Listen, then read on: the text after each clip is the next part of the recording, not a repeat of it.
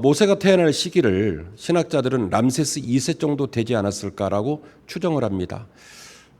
파라오 람세스 2세 정도 됐을 때 애굽은 굉장히 종의 숫자를 늘렸지요. 국내에서도 늘렸고 또 외부에서도 종들을 잡아오는 일들을 많이 해가지고 종들을 향한 핍박이 아주 극단적 상황에 놓였을 때가 람세스 2세 즈음 정도 됩니다. 잘 아시는 것처럼 요셉이란 인물을 잃어버린 파라오들은 요셉의 후손들인 이스라엘 백성들을 너무너무 괴롭혔죠. 그리고 끝내는 하다하다가 괴롭혀도 그들이 계속 번성을 하니까 파라오는 이런 조치를 합니다. 남아가 태어나면 죽여버려라. 그런 결정을 내리고 그들에게 벽돌을 만들어 오는데 짚을 주지 말고 벽돌을 만들라고 하되 개수를 줄이지 마라. 들어보신 적 있죠? 네.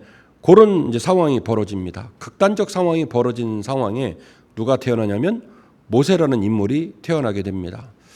다시 말씀드리면 태어나자부터 인생을 망친 사람이에요. 역사를 잘못하고 태어났고 어떻게 보면 나지 말아야 될 정도로 극심한 어려운 환경 속에서 출생하는 사람이 누구냐면 모세라는 인물입니다. 성경 말씀 읽어보니까요. 부모님이 아기를 만났는데 너무 예뻤대요. 성경 말씀 표현이 좀 시적이에요. 아이가 너무 예뻤다는 거예요. 너무 예뻐가지고 부모님이 목숨을 걸어요. 죽여야 되거든요. 근데 죽이기는 너무 예뻤던 거예요. 그래서 목숨을 걸고 그 아이를 숨겨서 키웁니다. 석 달 정도 지나니까 목소리가 커지고 담벼락으로 아이 목소리가 넘어가기 시작합니다. 도저히 우리가 지킬 수가 없다라고 판단을 해서 그 아이에게 내린 조치가 뭐냐면 이른바 그 유명한 갈대 상자지요. 박스를 하나 만들고 거기다 역청을 바르고 그리고 아이가 즐겨 누워 있었던 이부자리를 놓고 그 아이를 그곳에 누웠습니다.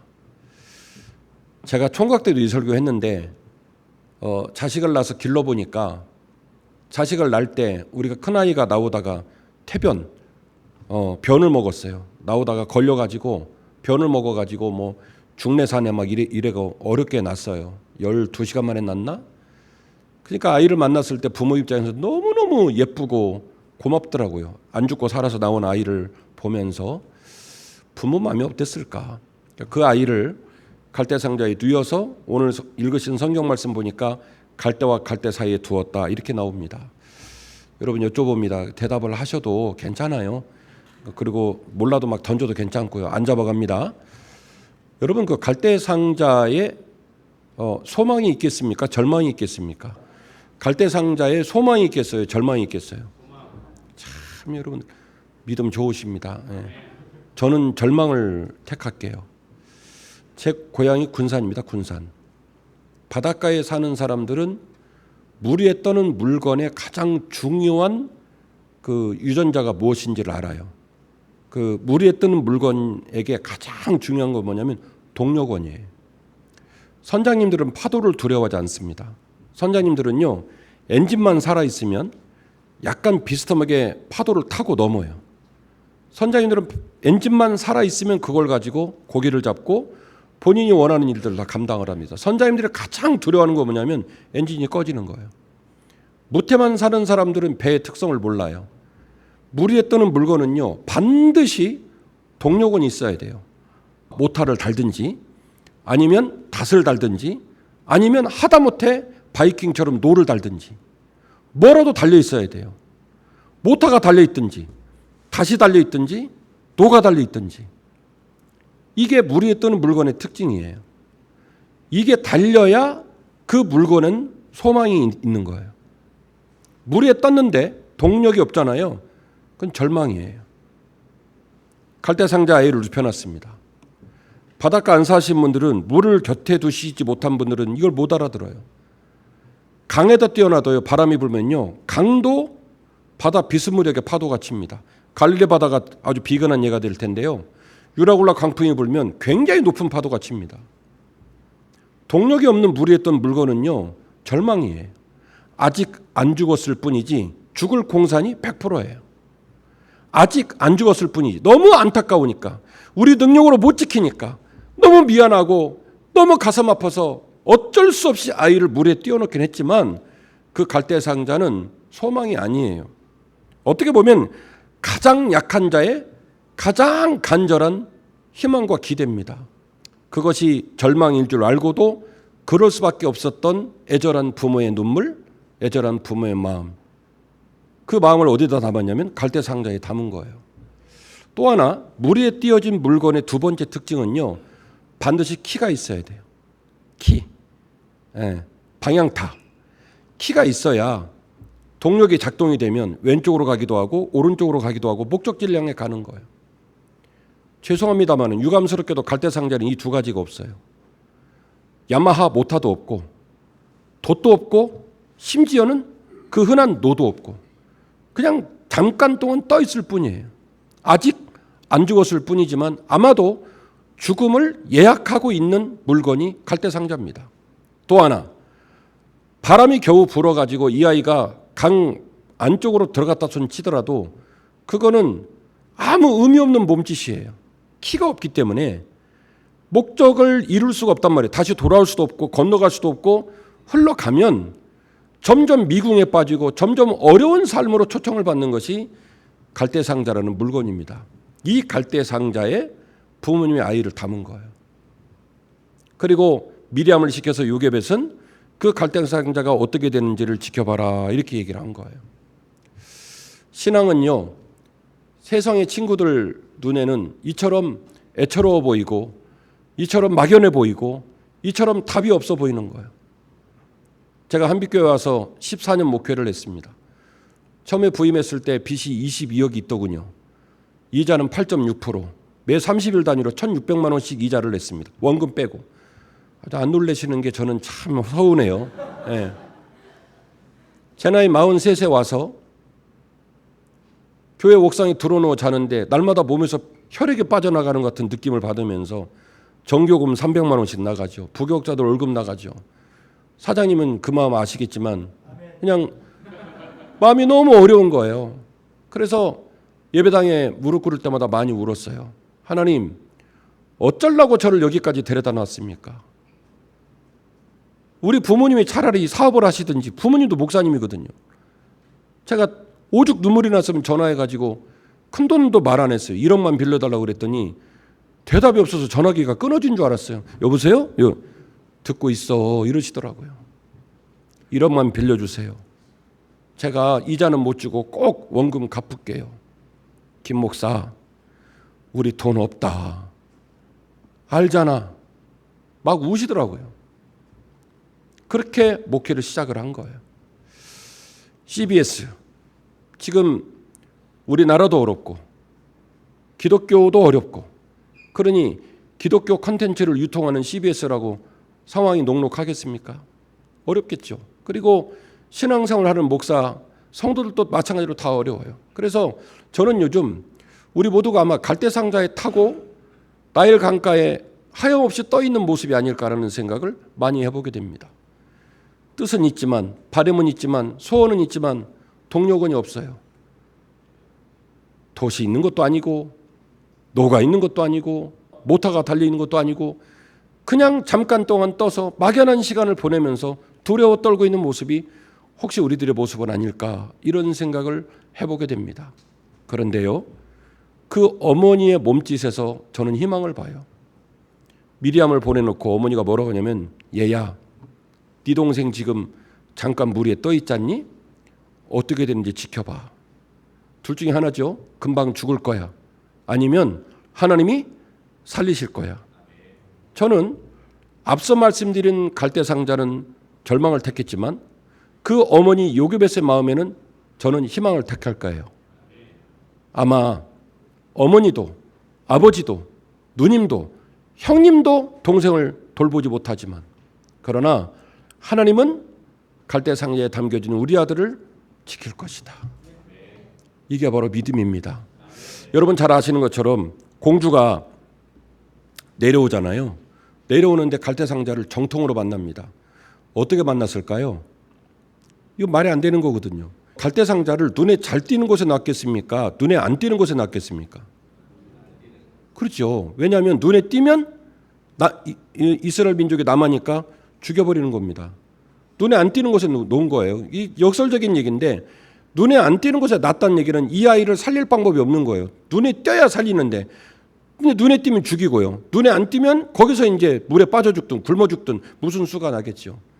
근데 그 눈에 안 띄는 곳에 놓였을 거로 추정되는 그곳에 정통으로 누가 오냐면 공주가 옵니다. 어떻게 왔느냐? 하나님이 내비게이션을 켜준 거예요. 차여사, 좌회전, 직진. 야, 넘어갔다, 유턴. 지금 누가 기다리냐면 모세가 기다리거든요. 내가 복음 4장 1절에 나와요. 예. 하나님이 내비게이션을 켜가지고 공주를 끌어간 거예요. 어디로요? 갈대상자로. 하나님을 섬기는 그 백성의 눈물이 깃든 곳, 몸부림치고 있지만 동력원이 없고 마음은 있지만 키가 없어서 어디로 갈지 모르고 황망한 시간을 보내고 있는 그 불쌍한 당신의 백성을 향하여 하나님이 누구를 보내냐면 모세를 보내는 거예요.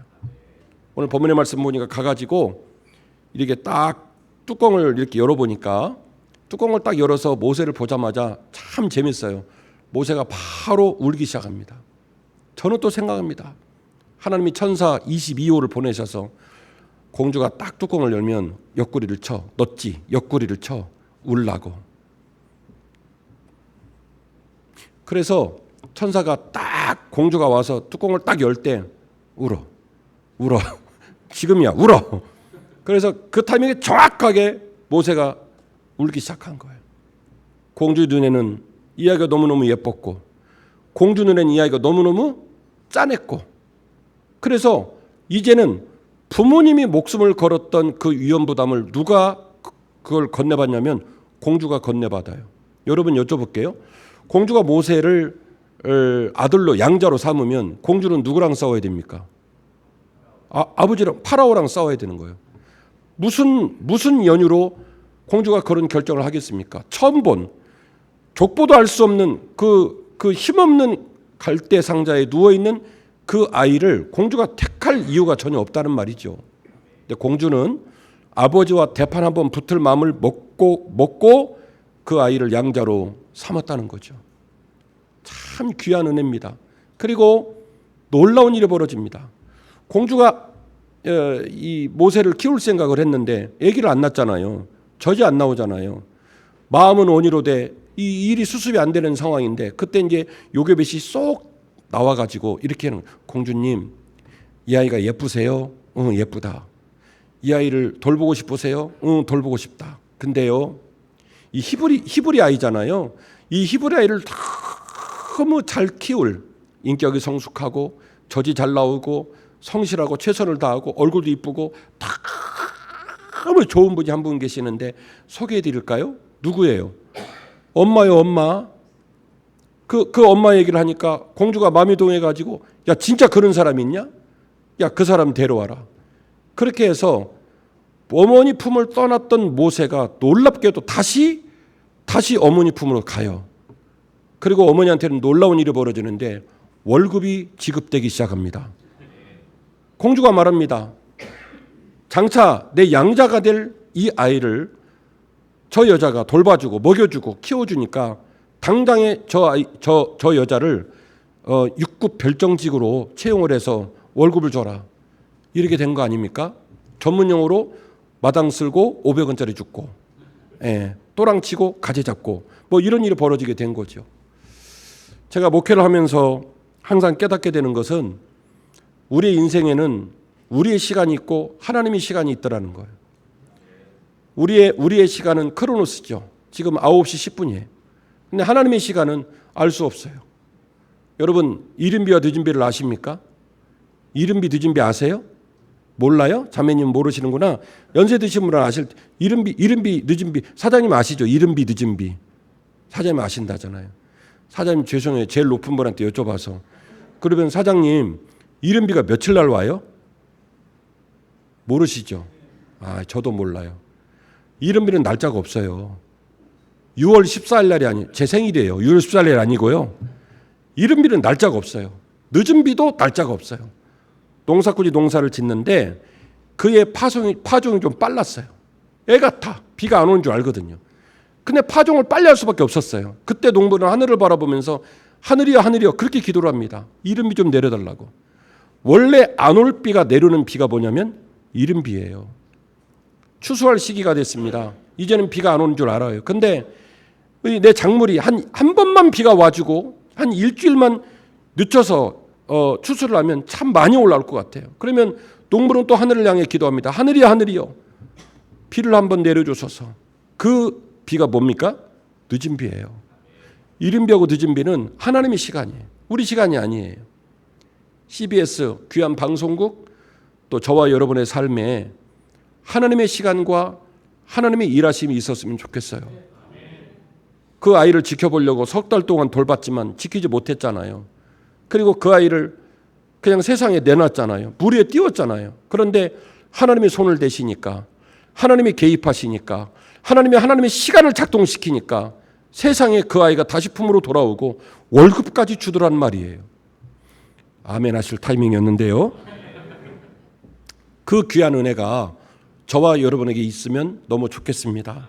갈대상자는요, 하나님의 은혜가 담기는 기적의 장소입니다. 영상이 나오네? 제가 보내드린 사진 한번 보여주실래요? 사진? 아니, 테바. 이 테바라는 단어를 한 번 더 쓴 곳이 있어요. 그게 어디냐면 창세기 6장 14절입니다. 크기가 달라요. 갈대상자는 요만하고요. 이 방주는요, 축구장 크기만큼 커요. 그런데 방주에다가도 똑같이 히브리어는 똑같은 단어를 씁니다. 바로 테바라는 단어를 써요. 방주도 테바, 갈대상자도 테바예요. 자, 방주로 옮겨가 볼까요? 방주에도 갈대상자와 똑같은 제한적 조건이 있습니다. 뭐가 없습니까? 동료권이 없어요. 또 갈대상자와 방주와 똑같은 점이 또 하나 있는데요. 방주도 역시 뭐가 없냐면 키가 없어요. 물에 떴어요. 잘 아시는 것처럼 온 천하가 물에 잠겼대요. 근데 이 방주가 뒤집어질지 백을 할지 전진을 할지 어디를 갈지 알지 못한 채로 그냥 둥둥둥 떠 있는 모습이 바로 방주인데요. 규모가 큰 공동체가 되었던 갈대상자 같은 개인의 삶이 되었던 세상 앞에 드러나는 우리들의 모습은 테바. 하나님께서 이끌고 하나님이 돌보고 하나님이 책임져 주지 않으면 목적지를 갈 수도 없고 뒤로 물러설 수도 없고 그리고 파도를 견딜 수도 없는 힘없는 존재인 테바. 아마 저와 여러분의 모습이 이런 모습은 아닐까 하는 생각을 해보게 됩니다. 끝내야 될 시간이 됐는데요. 본문 두 개를 제가 소개하려고 해요. 사도행전 7장 17절입니다. 스데반 집사님이 돌에 맞아 죽으면서 마지막 순교 설교의 내용 중 일부인데요. 하나님이 아브라함에게 약속하신 때가 가까우며 이스라엘 백성이 애굽에서 번성하여 많아졌더니 요셉을 알지 못하는 새 임금이 애굽 왕위에 오르매 그가 우리 족속에게 교활할 방법을 써서 조상들을 괴롭게 하여 그 어린 아이들을 내버려 살지 못하게 하려 할세 그때 모세가 낳는데 하나님 보시기에 아름다운지라 그의 아버지의 집에서 석 달 동안 길리더니 버려진 후에 뭐라고요? 버려진 후에. 제가 아까 뭐라 그랬죠? 갈대상자는 절망이다 희망이다. 절망이요. 버려진 후에 바로의 딸이 그를 데려다가 자기 아들로 기름해 모세가 애굽 사람의 모든 지혜를 배워 그의 말과 하는 일들이 능하더라.